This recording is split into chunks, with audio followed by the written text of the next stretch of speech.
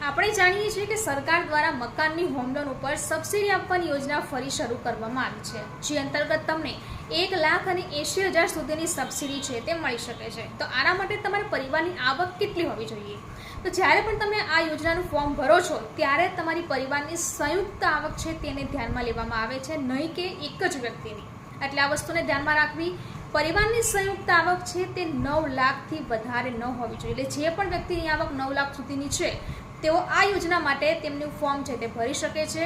આ ઉપરાંત જે લોકોની આવક 3 લાખ છે, 6 લાખ છે તેઓ પણ ફોર્મ ભરી શકે છે, પરંતુ આ આવક તમારે સાચી દર્શાવવી જોઈએ, કારણ કે આવકને આધારે તમને કેટલી સબસિડી આપવી તે પણ તમને ધ્યાનમાં રાખવામાં આવે છે। આ ઉપરાંત એક વસ્તુની તમને ખબર હોવી જોઈએ કે આ યોજના માટે તમે માત્ર એક જ વખત અરજી કરી શકો છો, અને તે પણ માત્ર એક જ મકાન માટે। ભવિષ્યમાં તમે આ જ્યારે પણ યોજના ફરી બહાર પડે છે તો આ યોજના માટે તમે ફરી ફોર્મ ભરી શકશો નહીં। એટલે જ્યારે પણ તમે અરજી કરો ત્યારે ચોક્કસથી બધી જ વિગતો સરખી રીતે ભરો અને ચોકસાઈથી ભરો।